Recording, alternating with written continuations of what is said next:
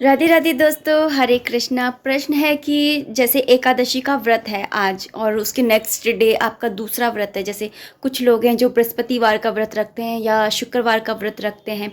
तो ऐसी सिचुएशन में क्या होता है कि वो दूसरे दिन पारण नहीं कर पाते हैं। तो ऐसी सिचुएशन में वो पारण कैसे करें?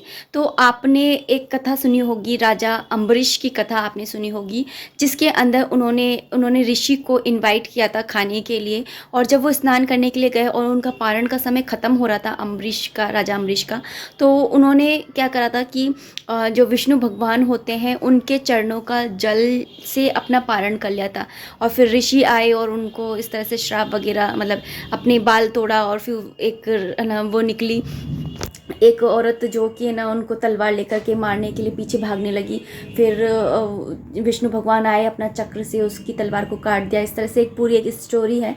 तो उसके उसमें बताया जाता है कि है ना, जैसे पारण हो जो होता है, अगर आप जैसे भोजन नहीं कर पा रहे हैं तो जल के द्वारा भी आप पारण कर सकते हैं। तो जैसे आप बृहस्पतिवार का व्रत रख रहे हैं, जैसे समझिए कि आज बुधवार वाले दिन आपका एकादशी का व्रत था और गुरुवार को आपका है ना उसका व्रत है बृहस्पतिवार का, या आप बृहस्पतिवार को एकादशी पढ़िए और शुक्रवार का आपका किसी का व्रत है और आप कुछ खा नहीं सकते हैं, पारण का समय निकला जा रहा है, तो आप श्री कृष्ण भगवान का जो स्नान का जल होता है उसको, उससे अपना पारण यानी अपना व्रत खोल सकते हैं। या फिर उनके सामने कुछ देर के लिए जल को रख दीजिए और फिर उस जल को ग्रहण करके अपना पारण उनसे कह दीजिए कि मैं अपने व्रत का पारण कर रहा हूँ या कर रही हूँ।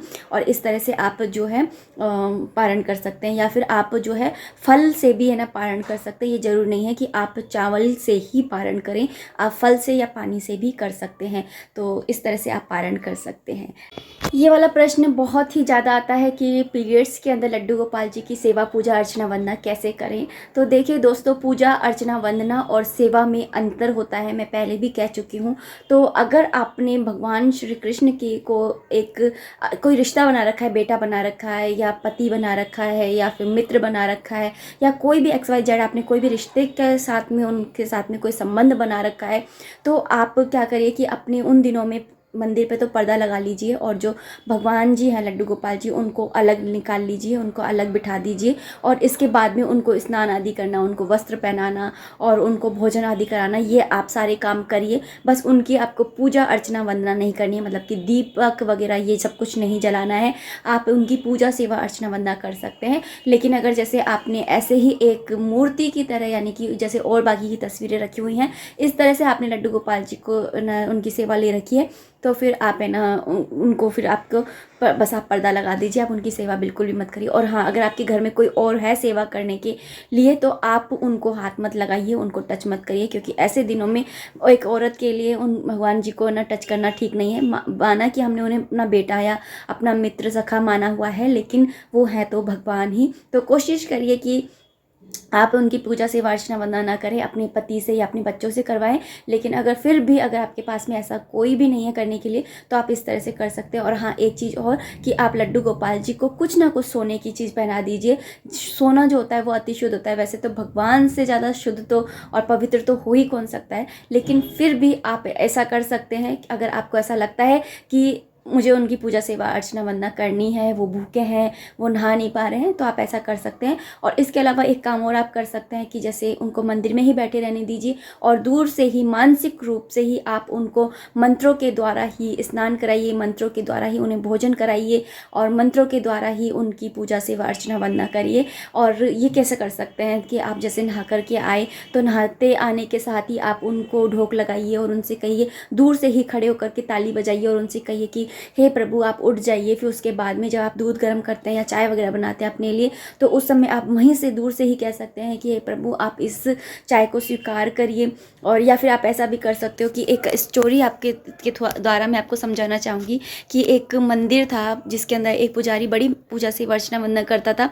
एक दिन वो क्या हुआ कि कहीं बाहर जाना था, तो उसने सोचा कि मैं किसी और को पूजा सेवा दे जाता हूँ, तो उसने किसी और पंडित को दे दी। अब वो पंडित क्या था, वो बड़ा ही मतलब कैसे करता था वो पूजा सेवा। वो उठता, उठने के बाद में स्नान आदि कराता, तो वो बोलता कि या ना, मैं इतने से पानी से, एक लोटा जल देख करके बोला कि अरे मैं इतने से पानी से क्या स्नान कराऊंगा, ये तो यमुना नदी में कितने सारे पानी में नहाते थे, इतने से पानी से क्या स्नान कराऊंगा। तो जल का लोटा साइड में रखा और लड्डू गोपाल जी से और भगवान के श्री विग्रह से कहा कि आप जाइए और यमुना नदी में स्नान करके आइए। तो भगवान जो हैं वो स्नान आदि करके आते थे और वस्त्र पहना देते उल्टे सीधे, जैसे भी उनसे पहनाए जाते थे, क्योंकि उनको नहीं आती थी ये सेवा पूजा करना, तो वो पहना देते। खाने खाने की बारी आती, उनकी पत्नी जो है वो चटनी और रोटी ले आती, तो वो बोलते कि मैं प्रभु को ऐसा खाना खिलाऊंगा। तो वो प्रभु से बोलते हैं, प्रभु ये पूरे जो नगरी है, इस नगरी में जहाँ आपको अच्छा लगे खाना, जहाँ आपको अच्छी खुशबू आ रही है और मन से कोई ऐसे मतलब अच्छा खाना बनाया, वहाँ जा कर के खा लीजिए, कोई दिक्कत की बात नहीं है।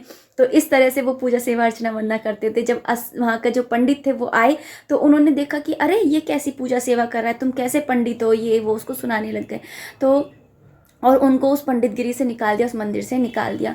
जब फिर रात में उस पंडित को है ना, रात में भगवान ने सपने में कहा कि है ना, मुझे उसी से ही अपनी पूजा सेवा अर्चना वंदना करानी है, क्योंकि मैं मन चाहे है ना उतने पानी से नहाता था, जो इच्छा होती थी वो खाता था, तो मुझे उन्हीं से ही अपनी पूजा सेवा अर्चना वंदना करानी है। भगवान जो होते हैं वो भाव के भूखे होते हैं।